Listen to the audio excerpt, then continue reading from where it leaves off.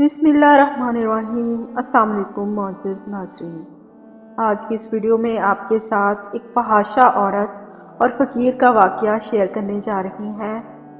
Video پسند آنے کی صورت میں صدقہ جاریہ سمجھ کر لائک اور شیئر ضرور کیجیے گا اور ساتھ میں چینل کو سبسکرائب کیجیے۔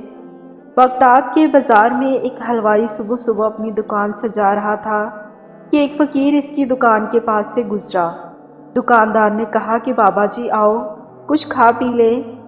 فقیر بیٹھ گیا تو حلوائی نے گرم گرم دودھ فقیر کو پیش کیا۔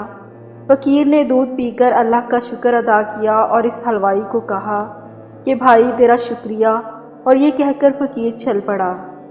بازار میں ایک فحاشہ عورت اپنے دوست کے ساتھ سیڑھیوں پر بیٹھ کر موسم کا لطف اٹھا رہی تھی۔ ہلکی ہلکی بوندا باندی ہو رہی تھی جس کی وجہ سے بازار میں کیچڑ تھا۔ فقیر اپنی ہی موج میں بازار سے گزر رہا تھا کہ فقیر کے چلنے سے ایک چھینٹا اڑا اور فحاشہ عورت کے لباس پر گر گیا۔ جب یہ منظر فحاشہ عورت کے دوست نے دیکھا تو اسے بہت غصہ آیا۔ وہ اٹھا اور فقیر کے منہ پر تھپڑ مارا اور کہا، فقیر بنے پھرتے ہو، چلنے پھرنے کی تمیز نہیں۔ فقیر نے ہنس کر آسمان کی طرف دیکھا اور کہا، مالک تو بھی بڑا بے نیاز ہے، کہیں سے دودھ پلواتا ہے اور کہیں سے تھپڑ مرواتا ہے۔ یہ کہہ کر فقیر آگے چل پڑا۔ فحاشہ عورت چھت پر جا رہی ہوتی ہے تو اس کا پاؤں پھسلتا ہے اور زمین پر سر کے بل گر جاتی ہے۔ اس کو ایسی شدید چوٹ لگتی ہے کہ وہ موقع پر ہی فوت ہو جاتی ہے۔ شور مچ گیا کہ فقیر نے آسمان کی طرف منہ کر کے اس عورت کو بد دعا دی تھی جس کی وجہ سے اس کی جان چلی گئی۔